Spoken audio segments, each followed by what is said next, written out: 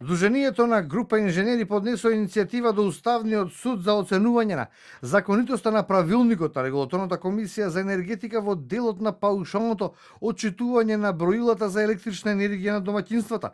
Дејан Димовски од оваа група на инженери за телевизија 24 вели дека правилниците терминолошки не се согласени со Законот за енергетика кој на сила е стапен ланската година.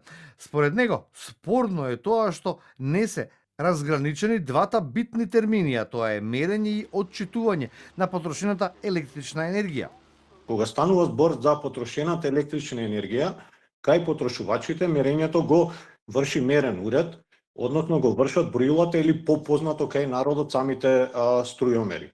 Тоа значи дека мерење е процес на мерење на потрошена електрична енергија или мерење на одредена величина, а додека отчитување да се стимнат самите податоци кои што ги измерил мерниот уред и истите се обработат за да може да се генерира фактура до самиот потрошувач. Во Законот за енергетика Димовски вели децидно е напишано дека доколку не е извршено мерење, тогаш снабдувачот со електрична енергија може до потрошувачот да достави паушално издадена фактура, односно без целосна точност по одредена проценета вредност. А мерењето не може да се изврши само во случај кога мерниот уред е технички неисправен.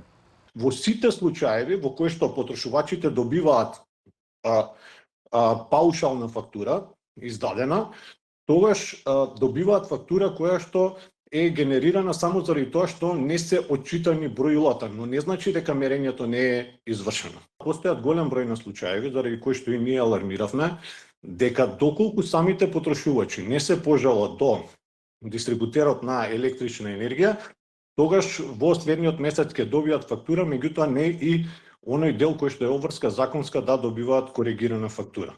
Телевизија 24 побара став и од Регулаторната комисија за енергетика, од каде ни соопштија дека се уште нема добиено барање за одговор на иницијативата до Уставниот суд. Ни посочија дека регулаторна не ги коментира постапките пред Уставен со цел да не влијае на постапката и одлучувањето. Регулаторната комисија за енергетика, водни услуги и услуги за управување со комунален отпад се уште нема добиено барање за одговор на иницијативата од Уставниот суд. Откако ќе го добиеме барањето, по истото ќе постапиме и ќе доставиме стручно мислење. Одговор на иницијативата до Уставниот суд на Република Северна Македонија. Во стручното мислење ќе бидат образложени сите аргументи за оспорениот член со цел Уставниот суд да ја има целосната слика при одлучување.